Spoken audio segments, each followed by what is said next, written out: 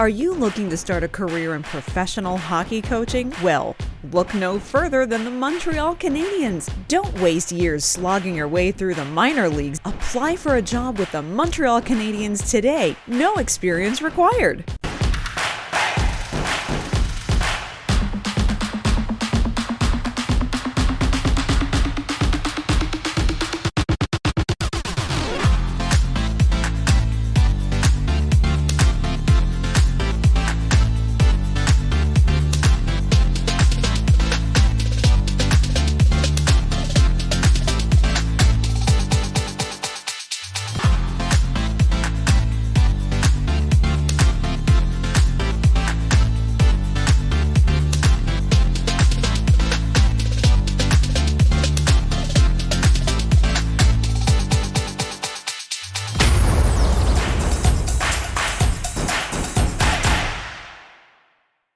Hi there, friends. Welcome back to this week's episode of Habs Hockey Report right here on All Habs Hockey Magazine's YouTube channel, part of Rocket Sports Media. I'm your host each and every week, Amy Johnson. I'm also the lead correspondent over at our sister site, AHLreport.com, covering the Laval Rocket. And we're certainly glad that you're back here today. It seems like every week these days we seem to have breaking news happening on the day that we're recording Habs Hockey Report, and that is not any different today either. We'll get to that in just a second. If you're a new viewer to the channel, or perhaps you've watched a couple of weeks of Habs Hockey Report and haven't yet hit that subscribe button, well, I invite you to do that now, because let me tell you, we're not taking a break here in the off season. There is no off season here at Rocket Sports Media. And just for this reason, the Montreal Canadiens announced finally who will be replacing Luke Richardson as the defensive assistant coach behind the bench with Martin St. Louis. If you had Stephane Robidas on your Habs hockey bingo card, well, then you'd be a big winner. I'm gonna guess there's not a lot of bingos being called out there, because I don't think anyone saw that one coming. We're gonna talk about that and get to your reactions to Jeff Petry's trade with all of the comments that you sent in last week when we get to the fan portion of the show a little later on in today's episode. But first, let's start thinking about today's feedback forum question, and you got it. I want to hear your reactions to Stephane Robidas being announced as the new assistant coach for the Montreal Canadiens, joining Martin St. Louis, Trevor Letowski, and Alex Burrows behind the bench. What are your thoughts on this hiring? You know that we're going to get into what I think about it in just a moment, so let's get started.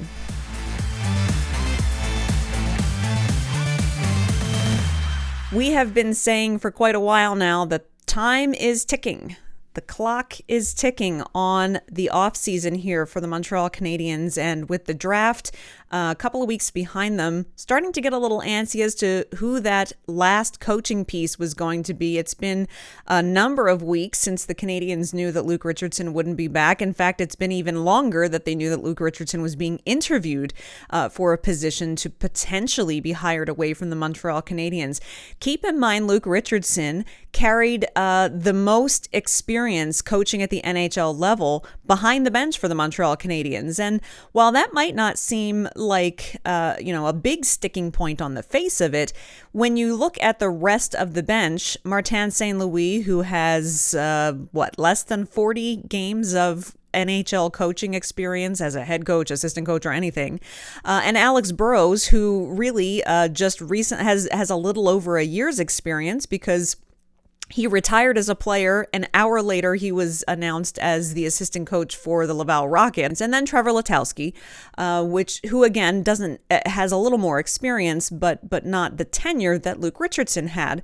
And so we were wondering, and kind of putting that mandate out there here at Rocket Sports, myself, Rick Stevens, other members of the Rocket Sports media team, saying that, really with a very young, very green head coach, a coach in Alex Burrows that doesn't have a ton of experience behind the bench yet, and with so many young players transitioning and coming into the NHL who are going to need that kind of guidance, that it would be a good idea to get someone to assist Marty St. Louis who could be a bit of a mentor and really provide that stability of solid NHL coaching experience. The track record now of the hirings that have taken place since January for this organization, I'm all for the thinking outside of the box hiring mandate and going with people who maybe don't fit the mold or aren't the, as some people like to say, the recycled, candidates that keep coming up in hockey. So I thought Jeff Gorton was a great hire because he's got a lot of experience at what he does, and he has been successful at what he's being hired to do for the Canadiens, a franchise rebuild. So to compliment him, I was good with Jeff Gorton's hiring as well, because that was your out of the box, someone who has no experience being an NHL GM, but had a good list of qualifications as to why he might be a good kind of outside of the box candidate for making that happen. And with the stability of Jeff Gorton, who has the experience, they would kind of balance each other out. So I loved those hirings. Then you see hirings like Vinny Lecavalier, who seems, every time he does a press availability, seems to be completely in awe of what it means to be a scout. So obviously doing a lot of learning on the job. Marie-Philippe Poulin has said she's going to have to do all of her learning on the job. Then you've got Marty St. Louis, who was hired with zero pro coaching experience, not even junior hockey coaching experience. And that, of course, raised a lot of questions, and still those questions have yet to be answered. Just because Marty St. Louis has, now has 30 some odd NHL games of coaching experience doesn't mean that he has proven that he's going to be an effective head coach. This coming season is going to be the first real look at Marty St. Louis and what he's able to do when the points do matter, not in a season that's already lost when he's taken over the bench. So where does that bring us? That brings us to who the Montreal Canadiens decided to put into place here. And I have to say, it's going to be difficult for me to hide my disappointment in this hiring. I do believe that this was not a good hockey decision. Stephane Robidas being announced as the team's new assistant coach. Of course, keep in mind, Stephane Robidas was a 7th-round draft pick of the Montreal Canadiens back in 1995. Played 122 regular season games with the Habs between 1999 and 2002. The defenseman registered 23 points with the Habs during that time. That's 7 goals and 16 assists over the course of 3 years. And then went on to play almost 1,000 games with collectively between the Canadiens. Most of it was spent with the Dallas Stars and a little bit with the Toronto Maple Leafs towards the end of his playing career, which really he was on an NHL roster until I believe 2017 or 2018. So he's not been out of the active playing for very long. He has spent a bit of time between 2015 and 2021. He did some player development roles with the Toronto Maple Leafs. He was assistant director of player development and then promoted to director of player development with the Toronto Maple Leafs. So he at least, I will give them that, he at least has a bit of experience in the front office and development aspects of an NHL franchise. So I will give him that. In that case, he's got more experience there than Marty St. Louis. However, he has no coaching experience at the pro level. Last season, Stephane Robidas spent the season as the head coach of the Magog Cantineers in the Quebec U18 AAA Development Hockey League. And the Canadiens made sure to note that in their press release, also saying, he led the team to the Jimmy Ferrari Cup and was named a finalist for Coach of the Year. Well, that's great for him, but that's U18 AAA. U18 AAA. He's been inducted into the QMJHL Hockey Hall of Fame back 2 years ago in 2020. So sure, he's had a lot of success at the Q level. He has spent time in player development. And he had a successful coaching experience last year in U18 AAA. I still don't, and I get it. He was a long tenured defenseman in the NHL, so So he's got a lot of experience, like Marty St. Louis had a lot of playing experience that he can convey to young forwards. Sure, Stephane Robidas has a lot of playing experience that he can convey to young defensemen. And keep in mind, there's a lot of defensive prospects coming up through the pipeline. So this is an important position for the Canadiens in shaping the future of those prospects. But NHL coaching is a completely different beast. Coaching in general is a completely different beast. And, just like any other job, you typically don't walk into, Corporation XYZ a few years after graduating and say, I would like a position in your executive front office. No, normally you have to start on the ground floor and put in the work and gather the experience and work your way up to earning a spot at the executive level, so to speak, in this analogy, because those positions steer the ship and they shape the course of your organization. We can talk about this in corporate terms, in sports terms. It's all kind of in media, in equipment managers, there's in just about any job you take, you don't just walk into the highest level. And we're seeing that quite often with the Canadiens this season in this new rebuild that Jeff Molson's franchise is currently under. What concerns me a little bit as well is this. Robidas was previously this year named an assistant coach with the Sherbrooke Phoenix, that's of the QMJHL. He was previously named an assistant coach with the Sherbrooke Phoenix on June 15th of this summer. So that means he had already accepted an offer to become an assistant coach in the QMJHL for this coming season. And I applaud him for that. That's a great entry. If coaching is what you want to get into, that's a great entry point. You spend a few years in the QMJHL. If you have success there, then maybe you get promoted to a head coaching position in junior, or maybe you get promoted to an AHL assistant coaching position, and then that's how you gain the experience that you need to understand how all of those leagues work, how the development process works from a coaching standpoint. It's different than from a player's standpoint. And then the Canadiens came along and gave him an offer, and he scrapped his commitment to Sherbrooke. So my immediate reaction to that this morning is, oh, well, okay, why slog my way through gathering actual legitimate experience when someone's just going to hand me an NHL coaching job? Why waste my time in the lower leagues? And that kind of rubs me a little bit the wrong way. I'm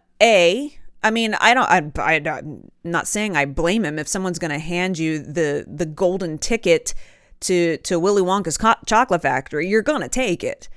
What I don't like is that he already had a commitment to coach, and he backed out on that at the end of July so that he could go take a better opportunity. To some people, that's going to be a minor detail, and they're going to say, oh, well, of course you're going to take the NHL job. And I get that.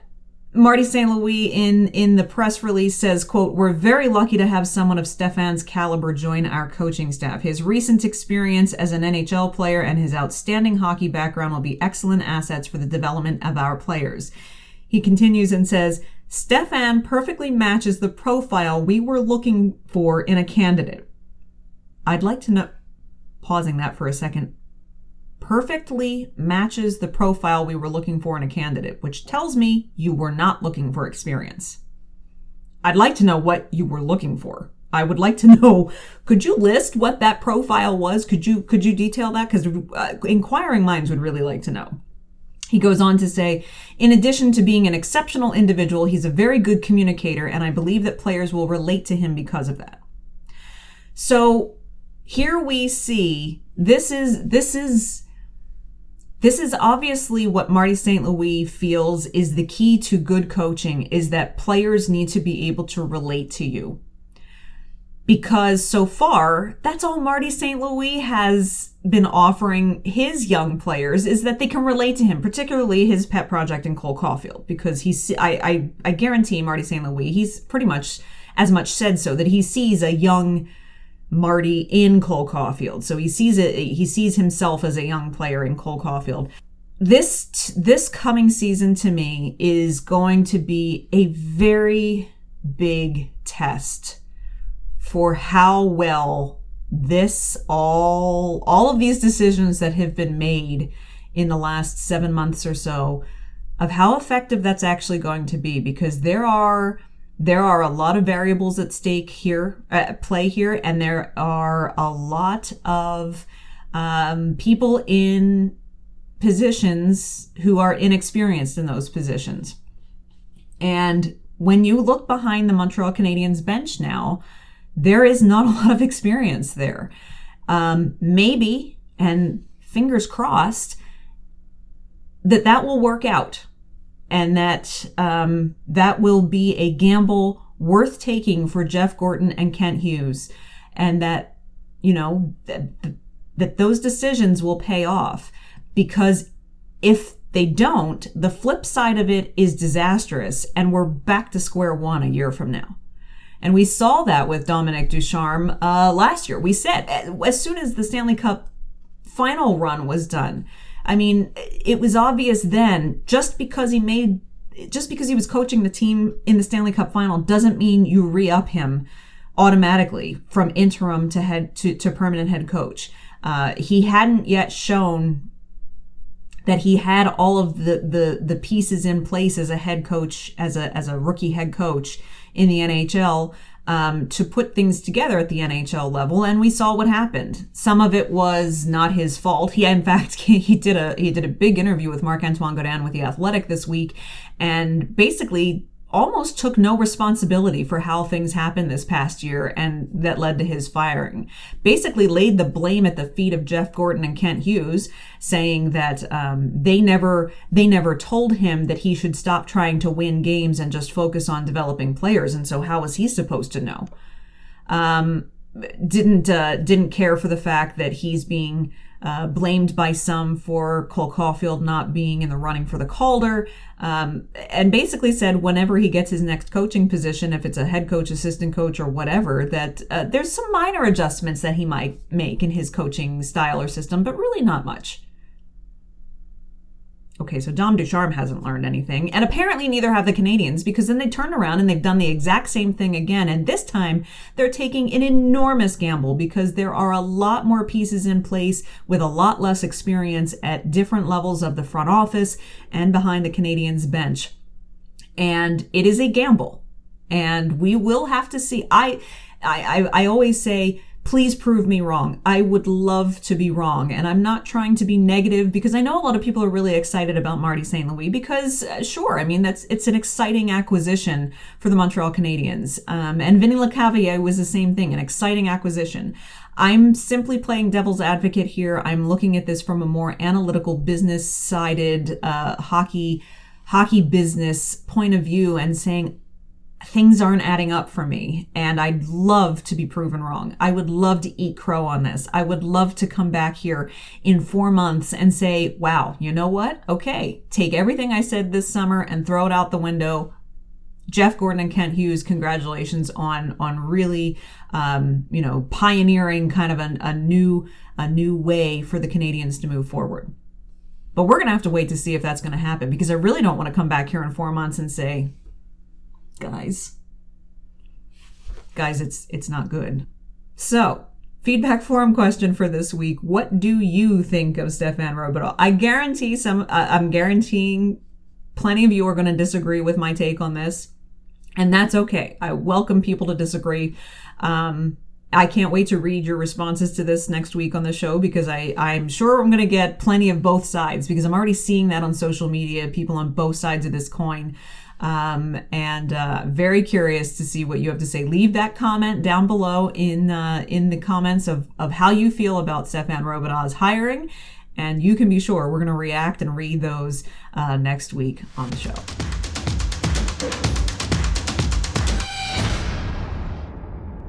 This week's Rocket Booster, pretty easy peasy because the Rocket have been very quiet this past week. Really, the only big thing has been that the AHL schedule has come out for the upcoming season. As we mentioned last week, the Rocket will start with a home and home the weekend of October 14th and 15th, a home and home against the Belleville Senators. And then the season gets underway. It's much more of a like the NHL, a much more normal looking season schedule. They're projected right now, barring any unforeseen circumstances, to end the regular season in mid-April, which is back to normal. Last season they ended at the end of April, 2 weeks late. So mid-April they should be done. They will not be playing the Texas Stars this year. You remember Texas was a new opponent for them this past season, and it turned into a pretty feisty 4-game series throughout the season. It was really entertaining. So unfortunately, they're not going to be facing each other again in the regular season this year, and neither will they be facing Eastern Conference opponents, the Charlotte Checkers, the Hartford Wolfpack, or the Providence Bruins, which is a little bizarre. But they did gain a couple of new opponents. They will be going back to Abbotsford, and they will now this year be playing the Milwaukee Admirals and the Rockford Ice Hogs, who are the AHL affiliates of the Chicago Blackhawks and the Nashville Predators. Rick Stevens, myself, and Patrick Williams broke a lot of this down and talked a lot about kind of ramifications and answered the question as to whether or not the AHL expanded playoffs would return this year. In this week's episode of the Press Zone podcast, I invite you to take a listen to that right here. I always get this wrong. Take a listen to that right here. It was a great episode, lots of information for you there, and training camps are just around the corner. It's gonna be hockey season again before you know it. Can't wait.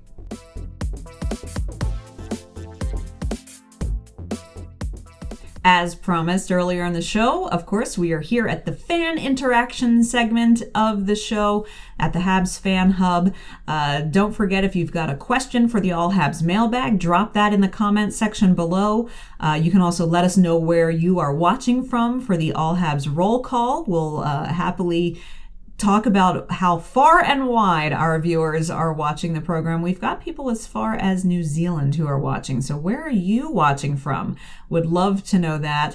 Remember, I said at the top of the show, I'd like your reactions to the Stephane Robidas hiring as assistant coach to Marty St. Louis. And we have answers from last week's feedback forum question, which was looking for your reaction to the Jeff Petry trade.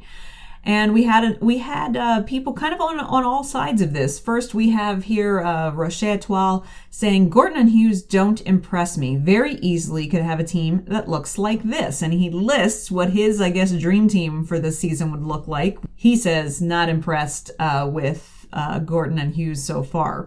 Then we have Lizard King 89 who says, I'm very happy with the trade. We shed cap space and got a younger player back.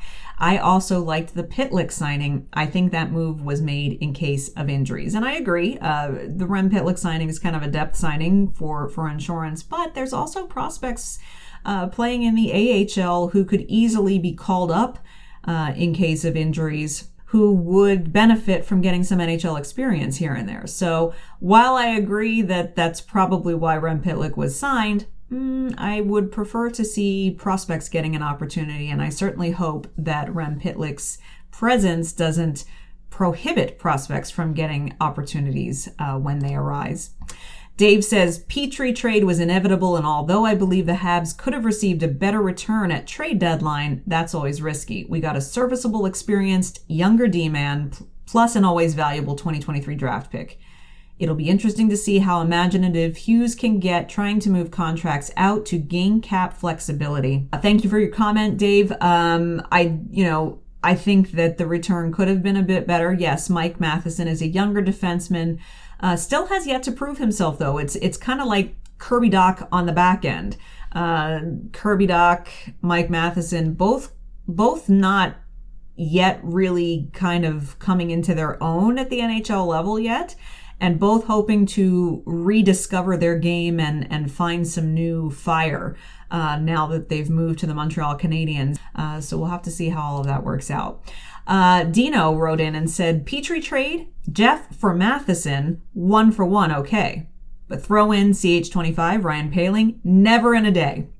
We're told Kirby Doc made Ryan expendable, so in essence we give up Alex Romanov plus 2 picks and Ryan Poehling for a kid Chicago didn't want for their rebuild. Unbelievable. In Romanov, we lost a top 4 defenseman, and Ryan, we lost a modern-day Jacques Lemaire. Incredibly disheartening. Not sold on the new regime, nos amis, not so much at all. Dino, I replied to Dino on our website, which is where he left this comment, saying I appreciate his candor there and his openness. And so, yes, there's going to be fans that are not happy with the direction that the offseason moves are taking. And as we talked about last week, losing Ryan Poehling, losing Alex Romanov, we're seeing the Canadiens give away prospects and bring in guys who are unproven and who aren't Canadiens draftees. And so there are going to be plenty of fans who don't like that trend, and I certainly can feel your pain on that. And then we have Stefano saying, happy with the trade and hope we can manage to do more, like trade Drouin and try to get something in return. I'm there with you, my friend. Drouin's contract, now that the assistant coaching position has been filled, now all eyes are on Montreal's cap situation, and contracts do still need to be moved out in order for them to become cap compliant. And they still got guys that they have to sign, like, Caden Primo. Caden Primo has accepted his qualifying offer as an RFA, but they haven't signed him to a contract yet. And so there's moves that still need to be made, and there's cap that needs to be shed. As I mentioned last week, August is going to be a bit of, fan appreciation month here at Habs Hockey Report. And part of the way that you can get involved with that is by, I'd like to share with all of our viewers your Habs fan cave or your memorabilia collection, or maybe it's not even just the Habs, maybe you're a hockey collector overall.